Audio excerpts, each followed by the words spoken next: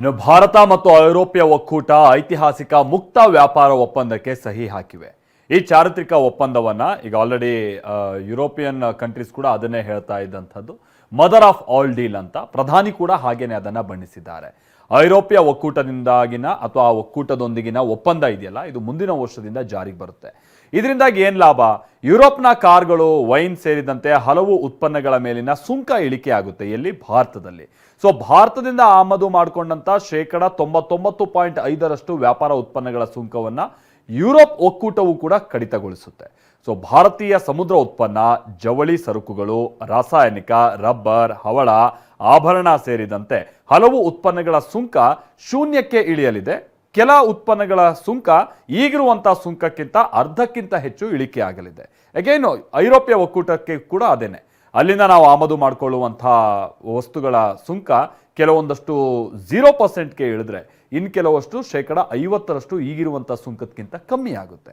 So ಹೀಗಾಗಿನೇ ಇದು ಅಭಿವೃದ್ಧಿ ಹಂಚಿಕೆಗೆ ನೀಲನಕ್ಷೆ ಅಂತ ಪ್ರಧಾನಿ ಮೋದಿ ಬಣ್ಣಿಸಿದ್ದಾರೆ. ಐರೋಪ್ಯ ಒಕ್ಕೂಟ ಅಂತ ಅಂದ್ರೆ ಸುಮಾರು 27 ಯುರೋಪ್ ರಾಷ್ಟ್ರಗಳಿರುವಂತಹ ಒಂದು ಒಕ್ಕೂಟ. ಸೊ ಇದರ ಜೊತೆಗಿನ ಒಪ್ಪಂದದಿಂದಾಗಿ ಜಾಗತಿಕ ಮಟ್ಟದಲ್ಲಿ ಹೂಡಿಕೆ, ಪೂರೈಕೆ ಬಲಗೊಳ್ಳಲಿದ್ದು ಹೊಸ ಆವಿಷ್ಕಾರ, ಪಾಲುದಾರಿಕೆ, ಹೂಡಿಕೆಗೆ ಉತ್ತೇಜಿಸಲಿದೆ ಅಂತ ತಿಳಿಸಿದ್ದಾರೆ. ಇದು ಕೇವಲ ವ್ಯಾಪಾರ ಒಪ್ಪಂದ ಅಲ್ಲ, ಇದು ಅಭಿವೃದ್ಧಿಯ ಮೂಲ ನಕ್ಷೆ ಅಂತ ಮೋದಿ ಬಣ್ಣಿಸಿದ್ದಾರೆ. ಇನ್ನು ಭಾರತ ಮತ್ತು ಐರೋಪ್ಯ ಒಕ್ಕೂಟ ಐತಿಹಾಸಿಕ ಮುಕ್ತ ವ್ಯಾಪಾರ ಒಪ್ಪಂದಕ್ಕೆ ಸಹಿ ಹಾಕಿವೆ.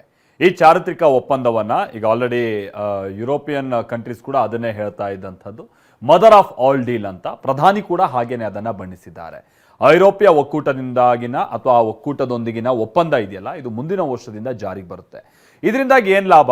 ಯುರೋಪ್ನ ಕಾರ್ಗಳು, ವೈನ್ ಸೇರಿದಂತೆ ಹಲವು ಉತ್ಪನ್ನಗಳ ಮೇಲಿನ ಸುಂಕ ಇಳಿಕೆ ಆಗುತ್ತೆ. ಎಲ್ಲಿ? ಭಾರತದಲ್ಲಿ. ಸೊ ಭಾರತದಿಂದ ಆಮದು ಮಾಡಿಕೊಂಡಂತ 99.5% ವ್ಯಾಪಾರ ಉತ್ಪನ್ನಗಳ ಸುಂಕವನ್ನ ಯುರೋಪ್ ಒಕ್ಕೂಟವು ಕೂಡ ಕಡಿತಗೊಳಿಸುತ್ತೆ. ಸೊ ಭಾರತೀಯ ಸಮುದ್ರ ಉತ್ಪನ್ನ, ಜವಳಿ ಸರಕುಗಳು, ರಾಸಾಯನಿಕ, ರಬ್ಬರ್, ಹವಳ, ಆಭರಣ ಸೇರಿದಂತೆ ಹಲವು ಉತ್ಪನ್ನಗಳ ಸುಂಕ ಶೂನ್ಯಕ್ಕೆ ಇಳಿಯಲಿದೆ. ಕೆಲ ಉತ್ಪನ್ನಗಳ ಸುಂಕ ಈಗಿರುವಂತಹ ಸುಂಕಕ್ಕಿಂತ ಅರ್ಧಕ್ಕಿಂತ ಹೆಚ್ಚು ಇಳಿಕೆ ಆಗಲಿದೆ. ಯಾಕೇನು ಐರೋಪ್ಯ ಒಕ್ಕೂಟಕ್ಕೆ ಕೂಡ ಅದೇನೆ. ಅಲ್ಲಿಂದ ನಾವು ಆಮದು ಮಾಡಿಕೊಳ್ಳುವಂತಹ ವಸ್ತುಗಳ ಸುಂಕ ಕೆಲವೊಂದಷ್ಟು 0%ಗೆ ಇಳಿದ್ರೆ ಇನ್ನು ಕೆಲವಷ್ಟು 50% ಈಗಿರುವಂತಹ ಸುಂಕಕ್ಕಿಂತ ಕಮ್ಮಿ ಆಗುತ್ತೆ. ಸೊ ಹೀಗಾಗಿನೇ ಇದು ಅಭಿವೃದ್ಧಿ ಹಂಚಿಕೆಗೆ ನೀಲನಕ್ಷೆ ಅಂತ ಪ್ರಧಾನಿ ಮೋದಿ ಬಣ್ಣಿಸಿದ್ದಾರೆ. ಐರೋಪ್ಯ ಒಕ್ಕೂಟ ಅಂತ ಅಂದ್ರೆ ಸುಮಾರು 27 ಯುರೋಪ್ ರಾಷ್ಟ್ರಗಳಿರುವಂತಹ ಒಂದು ಒಕ್ಕೂಟ. ಸೊ ಇದರ ಜೊತೆಗಿನ ಒಪ್ಪಂದದಿಂದಾಗಿ ಜಾಗತಿಕ ಮಟ್ಟದಲ್ಲಿ ಹೂಡಿಕೆ, ಪೂರೈಕೆ ಬಲಗೊಳ್ಳಲಿದ್ದು ಹೊಸ ಆವಿಷ್ಕಾರ, ಪಾಲುದಾರಿಕೆ, ಹೂಡಿಕೆಗೆ ಉತ್ತೇಜಿಸಲಿದೆ ಅಂತ ತಿಳಿಸಿದ್ದಾರೆ. ಇದು ಕೇವಲ ವ್ಯಾಪಾರ ಒಪ್ಪಂದ ಅಲ್ಲ, ಇದು ಅಭಿವೃದ್ಧಿಯ ಮೂಲ ನಕ್ಷೆ ಅಂತ ಮೋದಿ ಬಣ್ಣಿಸಿದ್ದಾರೆ.